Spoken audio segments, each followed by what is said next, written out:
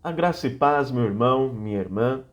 Eu quero falar com você hoje a respeito de uma visão bíblica que ofende algumas expectativas que nós temos em relação à igreja. E que visão bíblica é essa? E que expectativas são essas que temos a respeito da igreja? Primeiro eu quero falar sobre esta expectativa. E esta expectativa que nós temos a respeito da igreja é uma expectativa consumista. E esta expectativa consumista que muitos têm a respeito da igreja pode ser definida ou exemplificada do seguinte modo: eu dou dinheiro à igreja e a igreja me dá o que eu quero, e somente o que eu quero. E o que eu quero é bom ensino e que o pastor me ajude quando eu precisar. Veja, de fato, toda igreja fiel é caracterizada, é identificada pela pregação fiel da palavra de Deus. Então, o verdadeiro ensino deve existir. E pastores têm responsabilidades para com a membresia, para com os membros. Sim, estas pessoas devem ser orientadas, cuidadas, aconselhadas pelo pastor. Mas isto que eu citei, o cuidado pastoral e também o bom ensino da igreja, não resume essa dinâmica de relacionamento que nós temos na igreja. Vai além. Os membros também têm suas responsabilidades. Todos nós temos. E a visão bíblica, o princípio bíblico que contradiz e que até mesmo ofende esta visão limitada e consumista a respeito da igreja, essas expectativas consumistas, pode ser vista claramente no texto de 1 Coríntios capítulo 12, a partir do versículo 14, quando Paulo, inspirado pelo Espírito Santo, diz: porque também o corpo não é um só membro, mas muitos. Paulo compara a igreja como um corpo, cujo cabeça é Cristo Jesus. E neste corpo há vários membros, e todos os membros têm suas funções e têm a sua importância. Por isso ele prossegue no versículo 15: se disser o pé, porque não sou mão, não sou do corpo, nem por isso deixa de ser do corpo. Se o ouvido disser, porque não sou olho, não sou do corpo, nem por isso deixa de o ser. Se todo o corpo fosse olho, onde estaria o ouvido? Se todo fosse ouvido, onde o olfato? Mas Deus dispôs os membros, colocando cada um deles no corpo como lhe aprouve. Se todos, porém, fossem um só membro, onde estaria o corpo? O certo é que há muitos membros, mas um só corpo. Não podem os olhos dizer à mão: não precisamos de ti, nem ainda a cabeça aos pés: não preciso de vós. Pelo contrário, os membros do corpo que parecem ser mais fracos também são necessários. Observe, nós temos responsabilidades como membros deste corpo. Deus, por meio do seu Santo Espírito, nos dotou de dons.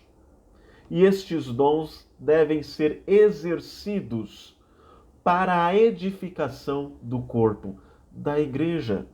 Logo, esta visão bíblica a respeito das nossas responsabilidades na igreja é uma visão que exige que cada membro labute em favor um dos outros em amor.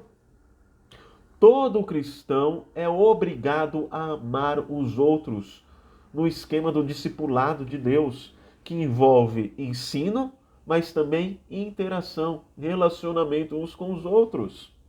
E esta responsabilidade não é apenas do pastor, dos presbíteros ou dos diáconos. É uma responsabilidade de todos. E no exercício desta responsabilidade, deste dever bíblico, há a necessidade de termos labores práticos como dedicar-se uns aos outros, como Paulo nos diz lá em Romanos capítulo 12, versículo 10, honrar e aceitar uns aos outros, Romanos 15, versículo 7, instruir uns aos outros, Romanos 15, versículo 4, ser compassivo e pronto para perdoar, Efésios capítulo 4, versículo 32, encorajar uns aos outros, 1 Tessalonicenses capítulo 5, versículo 11, e tantos outros mandamentos mútuos, identificados por esta expressão uns aos outros. Devemos servir uns aos outros, devemos edificar uns aos outros no desempenho dos dons que Deus nos deu. E isto, de fato, é trabalho árduo, mas trabalho glorioso. Logo, meu irmão, em tempos de pandemia, em que a expressão isolamento social é repetida várias vezes, nós somos chamados a ter um relacionamento responsável para com todos os irmãos. Neste contexto, nós não podemos ter este contato presencial, próximo, em termos físicos, com os nossos irmãos, por conta da nossa responsabilidade social para com o outro. É para preservá-lo que eu estou evitando este contato físico neste período de pandemia. Mas a minha responsabilidade social continua. A minha responsabilidade como membro do corpo continua.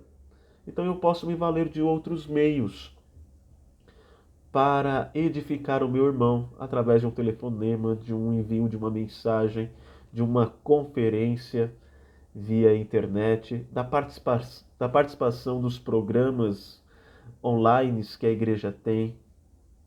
Eu devo alimentar, eu devo investir neste relacionamento, nesta proximidade com o meu irmão, ainda que seja por meios remotos.